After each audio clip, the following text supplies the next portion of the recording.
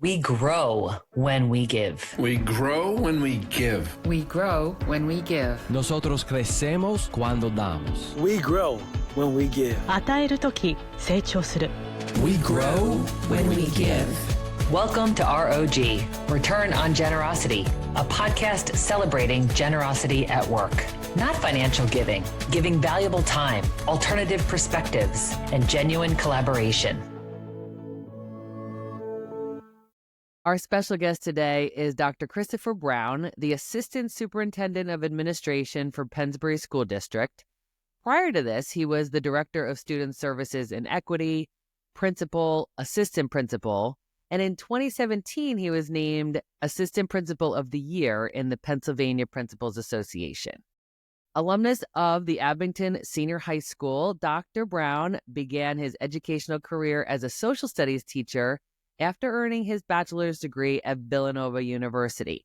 He earned a master's degree from Delaware Valley University and a doctorate in educational leadership from St. Joseph's University, go Hawks, where he also serves as an adjunct professor. What I appreciate most about you, Kris, is your commitment to education and service and the students and families that you serve. Welcome to R.O.G. Thank you. Thank you for having me. Thank you for being here. I'm excited to learn a little bit more about you. Tell us something about your background. All right. So I'll start. If you're familiar with the Fresh Prince, we have a very similar introduction briefly. Mine is in West Philadelphia, born, but I wasn't raised there. I was born in West Philadelphia, and shortly thereafter, my parents moved to Roslyn, Pennsylvania, where they bought a house and have lived ever since, still to this day, in the same house that I grew up in, and that was in Abington.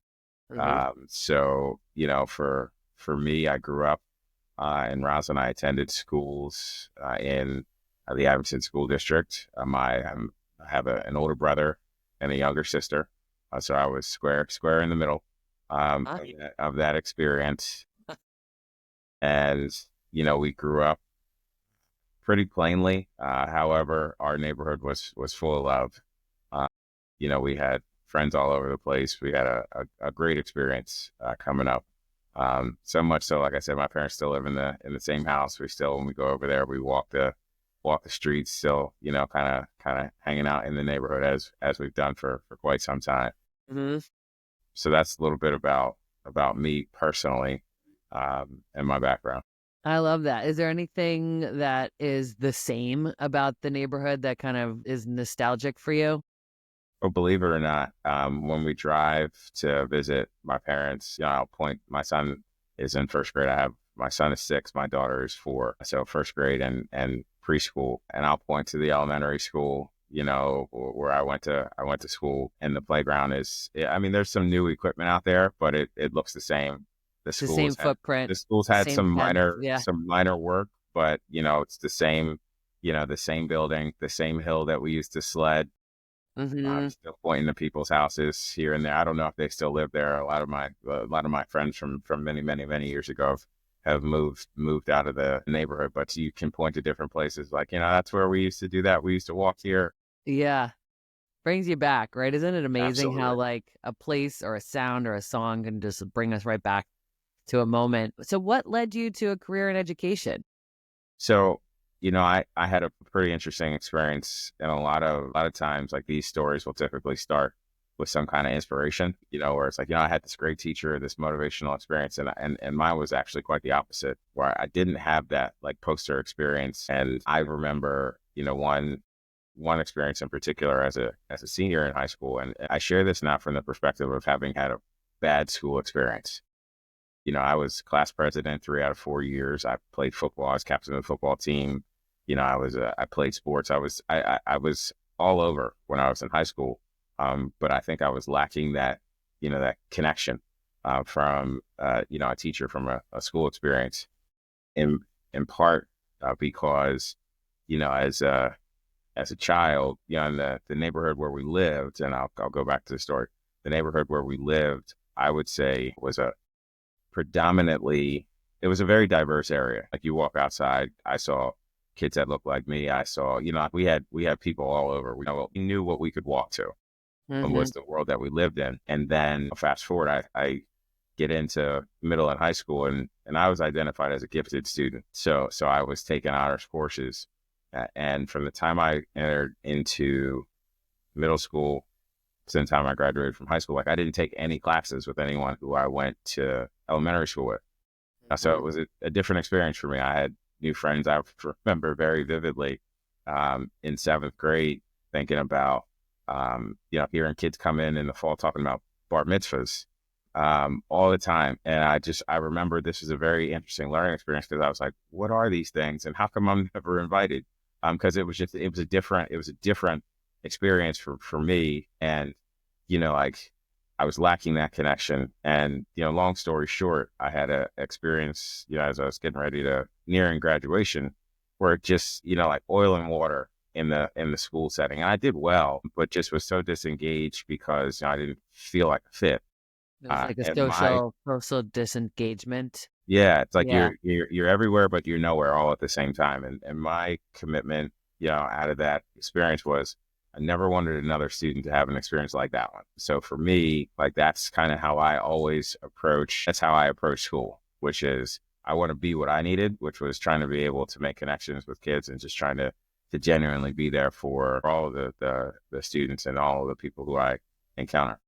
That's incredible. Thank you for sharing that background. I mean, that is inspiring. And, I think that is you're either trying to pay forward some goodness that was given to you, or you're trying to correct an experience and do your best to make sure no one else has to go through that. So what are some of the things that you do now in your daily practice in your administration to try to help students to not feel that way?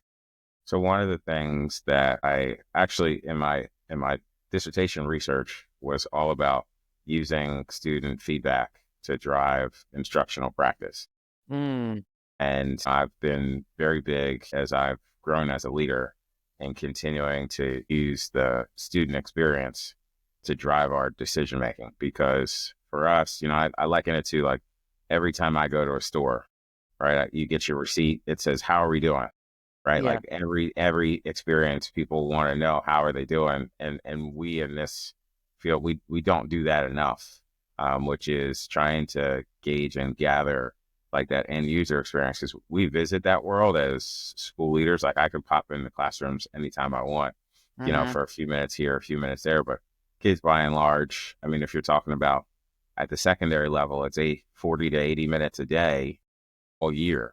At the elementary level, 6+ hours with the same person all day, for a full school year. So they know, they can tell you about the school experience if you're willing to listen. And that to me is one of the things that I think I've kind of hung my hat on, which is listening and continuing to use that experience to drive our decision making. So what are some of the things that you've heard that were surprising to you? So I think, and actually one of the things that was most surprising was in working with the adults and just getting past the fear of being willing to listen. So the first thing I can think about is working with a teacher who was kind of apprehensive from the degree of wanting to hear feedback from students. And the response kind of came out like, what if they don't like the experience? And, I think that's the whole point. I think if you ask the wrong questions, you're going to get the wrong answers, right? Do you like this? Like if you give the yes or no option, most people might even take that path of least resistance. But if you ask, like, what about the experience? Like, did this help you learn? Did it have the desired effect? Like if you ask the right questions, you'll get information that genuinely will help you. And not everything is going to work. And I think that's important for us in our field. Like not everything is going to work. And we have to be okay with that. We have to learn from that to be able to then, move forward. And more recently, we started actually working with students on using student feedback. So they would look at kind of information that their peers would submit and try to devise like some school improvement projects based on what they learned from their peers. And are there forums for that? Like, how are you creating the opportunity for people students to listen to other students? So we did have a student club that was created for the purpose of improving the overall culture and climate of the school. And because of that, like using that forum like we started to brainstorm about like based on what they were able to learn, and that the information that they used was a school climate survey, but based on what they were able to learn from their peers, like they came up with some pretty cool ideas. One of which, like their main idea was thinking about like we want to have more spaces where kids feel like they can just kind of come and relax. Everything is such a high pressurized environment. Like we just want to have spaces where we can come and relax. So they created an opportunity during lunchtime where they kind of just, they created some open space. They were listening to music. I know one activity in particular was, it was during March. It stands out because it was during Women's History Month. And they had a theme day where everyone who came in had to be prepared to play a song by their favorite female artist. Wow. And it was pretty cool. That stands out to me because that was one of their bigger activities that year. Yeah. Just based on it being intentional about connecting the dots. Like we could have done that randomly and it could have had mixed results, but they felt like we wanted to intentionally create this. So here's why we did it. And if you want to be involved in things like this, you can come back to our club. We meet, such and such date and time, that kind of thing. So that was pretty special.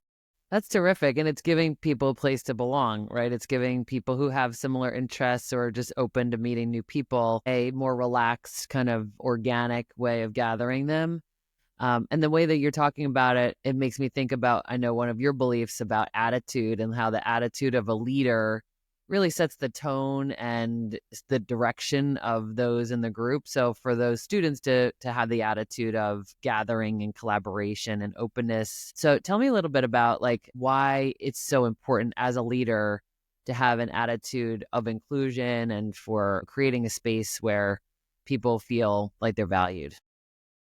I think about, I think every experience I've had has kind of formed for me, like has helped me form the leader that I want to be. Like I can think back to some of the best experiences that I've been a part of. And it's like, man, like I would run through a wall for some people that I've worked for because like the way that they are, the way that they believed in me, the way that they treated others, like that's inspiring. And I think that's kind of what I try to exude, from the perspective of being a leader. Like I'm not above anybody whom I lead. Yeah. Like I'm not going to ask anyone to do anything I'm not willing to do myself. Like I think all of those things are contagious. Like when you carry yourself, when you treat people well, like when you are genuine, like that is contagious. And likewise, I've been a part of experiences where that has not been the case. And I think, the culture is broken in those circumstances where the team kind of reciprocates what they get from their leader. It's not, I mean, I'm sure there's research to support that type of atmosphere. It's probably not a direct like one-to-one science, but in my experience, like I have seen firsthand like the power of a positive attitude in the workspace and what that it does for the people around. What do you think is missing in those alternative examples where, you don't feel that way? Like, what do you think is some of the missing ingredients? I think one of the missing ingredients is the relationships. I think relationships and just a personal care, because I think as I think back to kind of the spaces that I've had the most success, the spaces that I've enjoyed the most is because I knew without a doubt that the person who I reported to, the leader, cared for me directly. I could feel that, I could tell that. And in the absence of that, it felt transactional. Like it didn't feel like I was valued. It didn't feel like the person, like we can disagree about the substance of what we do. I think that's a healthy part of being, on any team. But, when that care is missing, you kind of start to question, like, why am I doing this here? Like I could do a lot of things in a lot of places. So, like Totally. the culture drives everything. Yeah. And I think those relationships help to build trust, which is also such an essential ingredient for that kind of open communication and collaboration, and just knowing that people have your best interests in mind, and not so much that you're just like a machine fulfilling a role, right? It's not as transactional as that. I think that's really key. So do you have any stories of generosity from your own life experience and professional experience that you could share with us? Yeah, I've got two that I think about, and one that kind of helped me as I think about how I lead and one that kind of helped me think about, just treating people kindly. And I'll start with the first example was probably I was maybe 2 years into being an assistant principal, maybe 3 years. And I remember that detail because it was right around the point in time where I was thinking like, I could be a principal. I'm ready to be a principal. And I was tasked with, as an assistant principal, discipline was one of my responsibilities. So, we're at the end of the year and the senior prank time rolls around. And as always, Prank time, like there's like a period of time for. Yeah, it's usually in between the prom and graduation. Educate me. Okay. The seniors start to feel a little squirrely as they're getting ready. Oh, I get it. Okay. Getting ready to get out of the building. So routinely we get on the announcements, encouraging them, obviously not to engage in senior pranks. All school rules apply, yada, yada, yada. So this year in particular, I'm sitting down in my office and the radio goes off and it's like the seniors are in the pool. And I'm like, what? Like, how did they get into the pool? So you run up and there was a video that was circulating shortly thereafter that the seniors had gotten into. There was a two-level pool. So on the second floor was the locker room and the balcony. And then on the first floor was the pool. They had gotten into the locker room, went through the locker room, jumped off the balcony into the pool, and then they were running through the building. So soaking wet, running through the building, and then they left because their day was done. So then they left. And obviously we're at this point, besides from being wildly dangerous, it's also the fact that we said, we don't want you to do this. So, as a younger, more ambitious assistant principal, I'm like, I'm going to figure out who did this. I'm going to get to the bottom of this. So, we start sleuthing around and within about a day, after working my well-built sources, I was able to discover the person who I suspected was behind it. I actually had one of their acquaintances shared a video with me, and this person was a lifeguard. And so because the person was a lifeguard, they knew the combination to open up the locker room, got the key, let everybody in. So this was the ringleader. This was the person who enabled it all to happen. And I had asked this person about that, and they said, no, I didn't have anything to do with it. I wasn't involved. So then when I finally caught this person red-handed, I'm sitting there, I'm like, you know what? This is going to put graduation at stake here, right? Like you might have just jeopardized your ability to walk in graduation because you were the person who did all this and you lied about it. So I tighten this investigation up. I take it up to the principal. And I'm like, you know what, this is it. Like, I don't think this person should participate in graduation. And she, who to this day is probably one of the greatest individuals. When I talk about a workplace of someone who cares about you, like this person exemplified that. And she said, okay, Kris, I'll take that into consideration. We talked for a little bit. I was like, I really don't think that he should have an opportunity to do this. It's like, all right, that's fine. So then we broke. And the next morning she called because it was graduation practice, and she said, I'm going to allow him to continue to participate in graduation. And I was hot, right? I was like, come on, how can you do this to me? Mm-hmm. So, worst part is my job. I read the names during graduation practice. And when I read this person's name, the whole senior class stands up and gives them a standing ovation. I mean, like your ears are probably 200 degrees Fahrenheit burning so much that I'm sitting there. I'm like, I can't believe this. Like, this is making me look foolish. And then, so graduation happens, but fast forward a year, maybe 2 years later when I was a principal. And the point of the story is, as a principal, like my job was, and I didn't realize this at the time, for those kids that weren't going to be participating in graduation, like I had to make those phone calls, right? Like I had to make the phone calls and tell the families and tell, like for whatever the circumstances, whether it be grades, you name it, I made those phone calls and she made those phone calls. And in that moment, after doing that one time, we immediately reflected and I called her and said, I get it now. Like, I understand like all of where that comes into play. Like just thinking about like, that's like, there's 13 years of work that go into that moment, and we're dealing with young people, and it's not about me.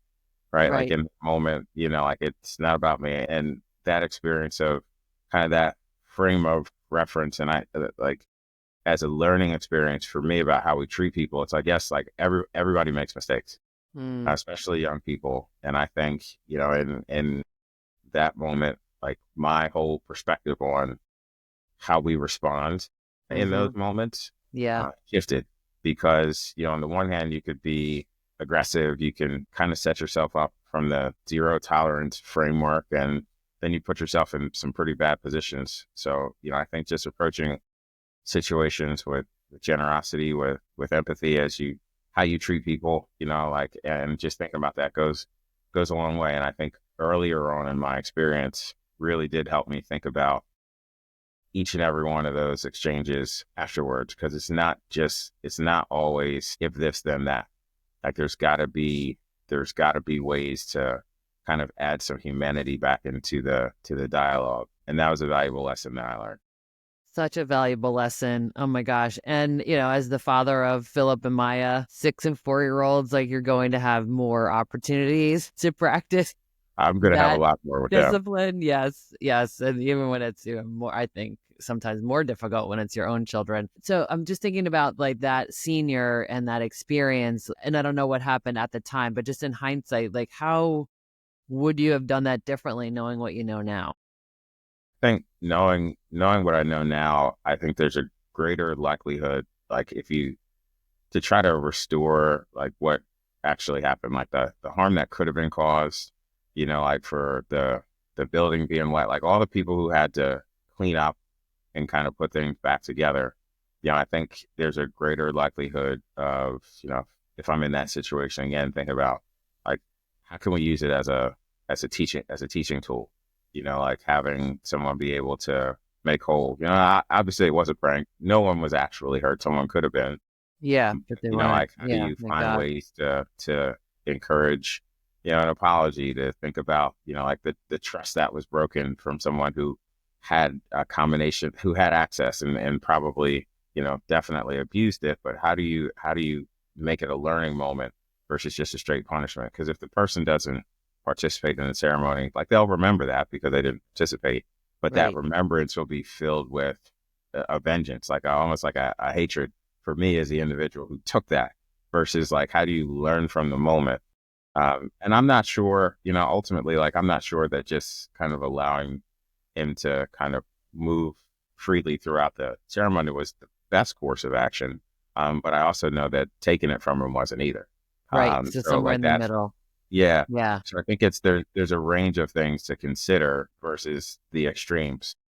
I mean, and that's one of the luxuries of experience, right? You've got now years of experience. So I think even looking at this example from a while back, in hindsight, with all of the collective experience you have, it's just a different view. But I applaud you for being so self-reflective, because within a year of that happening, which no doubt occupied a lot of your mental energy and emotional energy, it would if it happened to me. But within a year, you empathized with being in the position of the principal and circled back with her. And I think that's such an important part of being a generous leader, is somebody who's humble enough to say, you know what, I had something to learn here and I want to share it with you. Tell me about your second example. So the other one is a little bit more lighthearted. So when I graduated from St. Joe's, it took a while for me to finally get my degree. So I got my doctorate, and I took probably months afterwards for one reason or another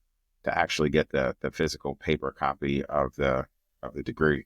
So when it came, I was super proud, got a doctorate, and I bought the degree frame from the university shop, which was probably far too expensive, but you only get one doctorate. So I was like, I'm gonna treat this. I'm gonna get this nice frame. I'm gonna hang it up in my office and put a work order in at the school that I was at to have it hung up in my office. And it took longer than expected to fulfill the work order. But finally, one day, the gentleman comes down, and he hung it up. It's right behind my desk. And I was like through the moon. I look in the office. I'm like, that's the centerpiece in the office. I'm like, this is great. So I sit down at my desk. I start doing some work. And within less than an hour, you just hear this glass shattering because it fell off the wall. So the degree frame, the glass, and I mean, shatters everywhere. And I think in that moment, I was heartbroken because how long it took to get the frame and the degree to get everything right. But it had just went up on the wall. So immediately I called over to our business office. I was like, look, I had this work order. The work went up and the degree fell off. I'm like, this is good. I told you the frame was expensive. I'm like, can I get reimbursed to get another one? And the business manager at the time, she said to me, she's like, no. She's like, if a student were to have knocked it off of the wall, then like you would be eligible to have that. But because it was yours, you brought it in. There's nothing we can do about that. And I remember just feeling so deflated in the moment, so I was later that day, at the end of the day, the human resources manager comes across the street.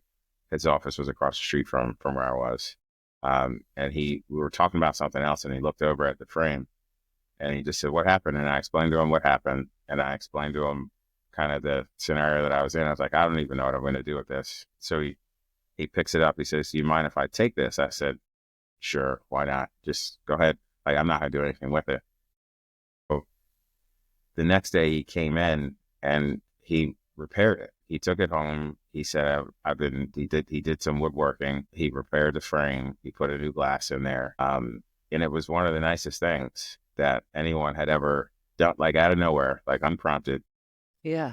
And I think it showed, for me, it was like the value of, again, the humanity of it. Cause I mean, I wouldn't consider myself an overly like emotional person, but I was pretty disappointed. And I think in our exchange, we had gotten to know each other to a point where I think he could tell like, how broken I was. And sometimes from the generosity standpoint, I think it goes like, even without prompting, I think you have to have an awareness to you that sometimes more is required of being a leader in that moment. And I think the invisible hand that placed on my back, as far as like an uplift, it was one of those things like to this day, like there's another example of something that, of all the things in that experience, that's one that stands out. Right.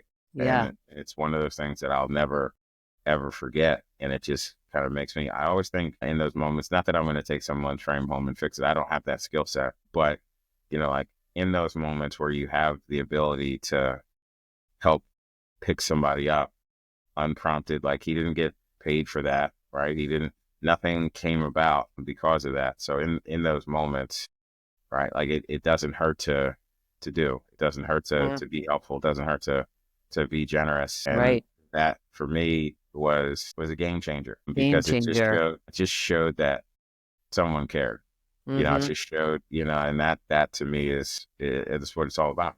I think so too. And I really see an analogy here between the work you do and that story with the brokenness and the feeling alone or disappointed or whatever it is that we're feeling that's not positive, and then being that person to come and help you put it back together. In his case, like literally put it back together. But in some cases, it's more emotionally put it back together or mentally. Reflect on that with me, if you would. Yeah, no, I think about, like being able to help put things back together. I think that is a good example because, you also, what I've also come to realize in working with students and working with adults is everybody comes to the table dealing with something. You may not see it, all right? Like we may not see it in those moments, but how we treat people can go a long way into like what comes next. How we treat people can go a long way into making them feel safe and secure. Like the school experience of all experiences, like kids largely don't have a choice, as to whether or not they want to be here. They have to be here. So, our job when they're here is like, this should be where they feel safe. This should be where they feel secure. And if they're questioning like their ability to belong, their ability to fit in, that's where that vigilance comes in. Cause even thinking about my own experience, right? Like I didn't have the best one, but nobody asked. Cause from the outside looking in, like you would think like there's a kid who was playing football. He was like, he looks. Yeah. Like on paper, it's perfect. But then below the surface, like there's a lot of things, a lot of thoughts swirling around about like, where do I actually fit in this space? So, like our job is to ask, our job is to listen, our job is to try to be there to the degree that we can. For all those, for adults, for the students, like again, going back to the adult culture, if we're asking those questions, if we're checking in with the people who are in our system, right, like that adult culture is contagious to the student culture. If they feel like they want to be there, the kids pick up on that energy as well. Mm-hmm. So, it is They're all. all factors. Absolutely. I come from a family of educators and administrators, and I remember being at my uncle's retirement celebration, and he was giving a speech, and he talked about, maybe it was my father's retirement speech. It was my father's retirement party, and my uncle gave a speech. He was also an administrator, and he said that instead of saying ABC High School, it should say emergency room over the front door. He said because every day these young people are coming in, and you just never know what's going on with them. And if you treat it like there's an opportunity to serve and to be generous and to create a safe space for them and to let them know that they're safe here, he's like, that will literally change a life, because for some students there's like such heavy burdens on them, and there's so much emotional and mental just like distress that you just never really know. Yeah, we see that all the time, when you think about, you know, excluding kids from school, suspensions, like the kids that get into trouble. In the moment of that one decision, we often kind of break those down and think about like where along the path, right? Could we have intervened sooner? Could a relationship with an adult have made a big difference in terms of changing the course of behaviors for students? Because more often than not, it's not just the one decision, right? Like no one starts off getting suspended from school. Usually starts with, a problem with a teacher, and then it might build to an altercation, and it might build to it. It usually builds and builds and builds, and then it turns into like that's who they become inevitably in the building.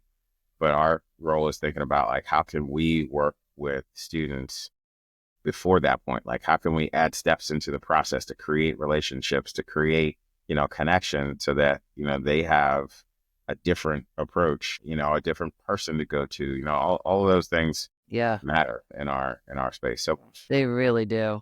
Is there like a best practice or something that you do in your own leadership day to day that you think that it helps to create that kind of an outcome?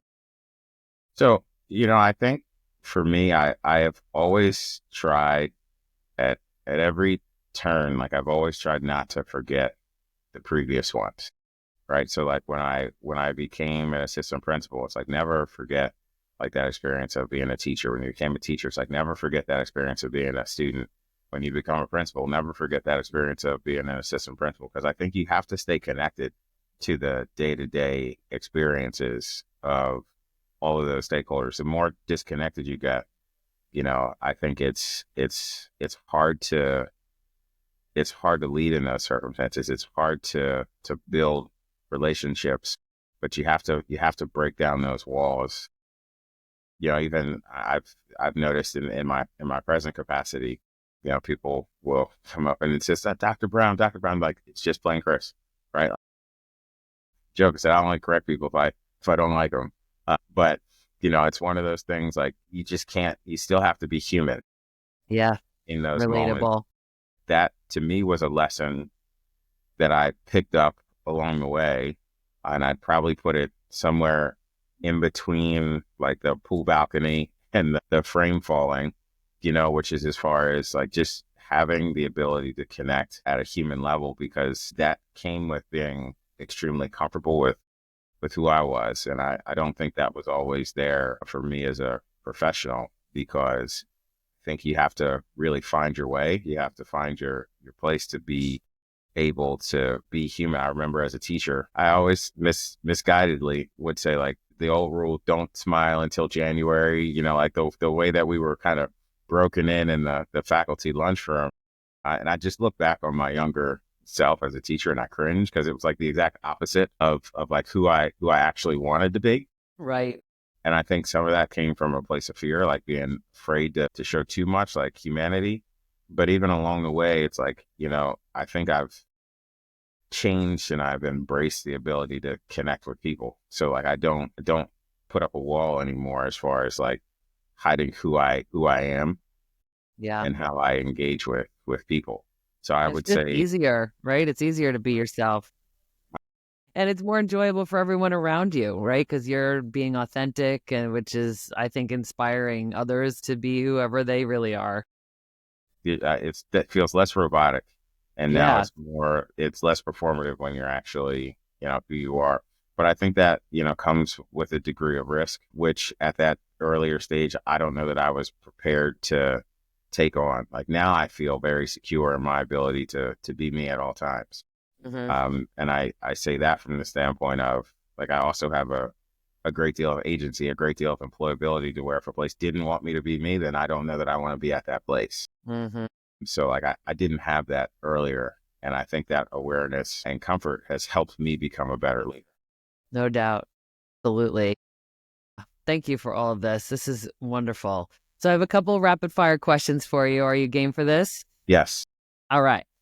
All right. Well, I love asking guests about their favorite song. So what is one of your favorite songs? Favorite song. I'll give you my answer and my daughter's answer. So my Okay. answer would be Sam Cooke, "A Change Gonna Come."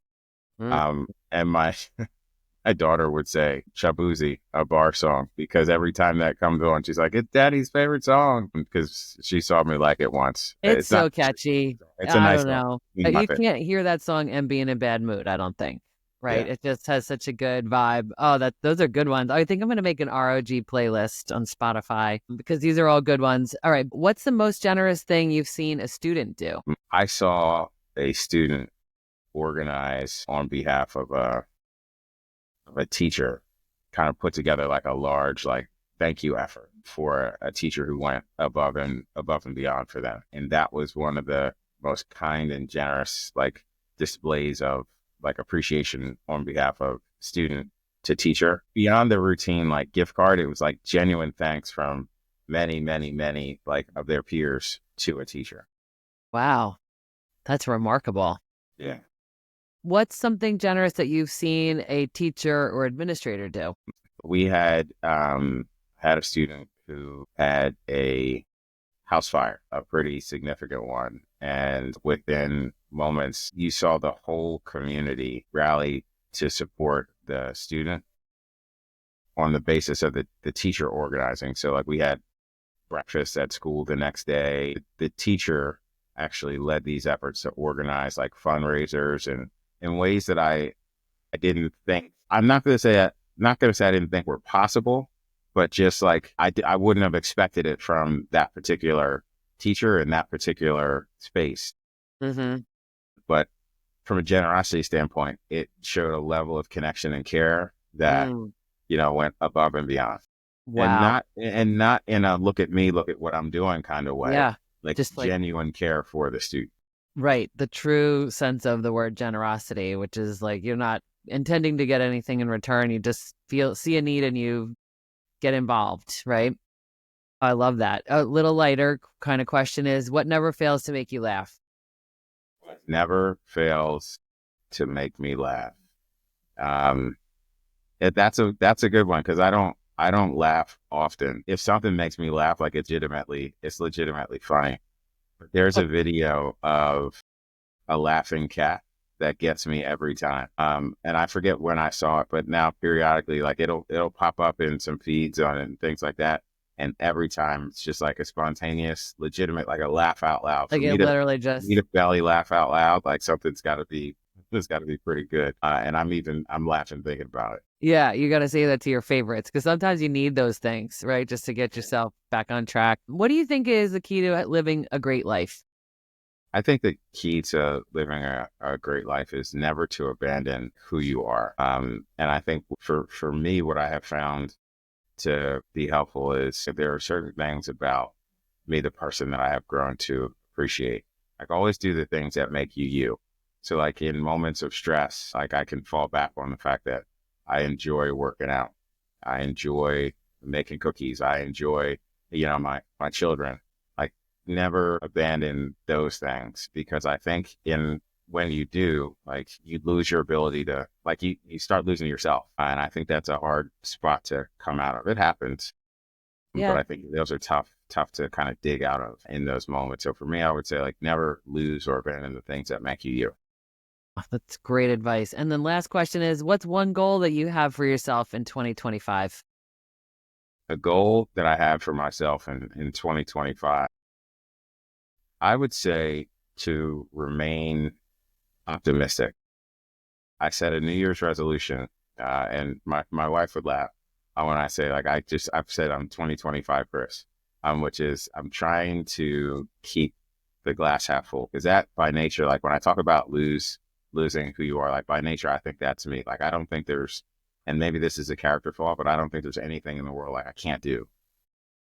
And I think that started to wane a little bit as we got through 2024. So I set an intention to remain optimistic, to remain positive in all circumstances, and just kind of ground myself in that. And I think it's like I said, we're 6-7 weeks in to 2025, and I'm still 2025 Kris. Yes. So I passed what I think was International Quit Day, which was 2 weeks after New Year's resolution, because You're through it. What are you doing to maintain that positivity? I think part of what helps is I say it out loud a lot, and I think she grows tired of it.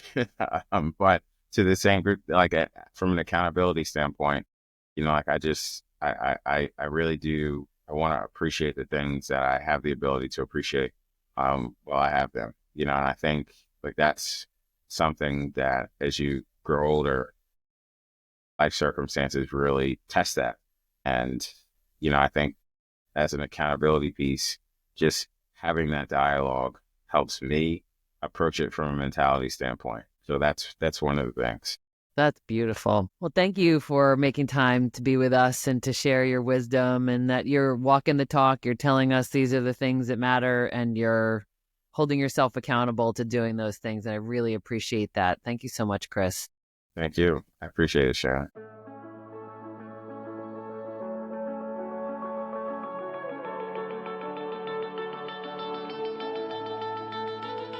Thanks for listening to R.O.G. Return on Generosity podcast. Please help us grow by subscribing and reviewing us on your favorite podcast player. And for more information, visit bridgebetween.com. We grow when we give. 우리는 나누면서 성숙합니다. We grow when we give. On rayonne quand on donne. We grow when we give.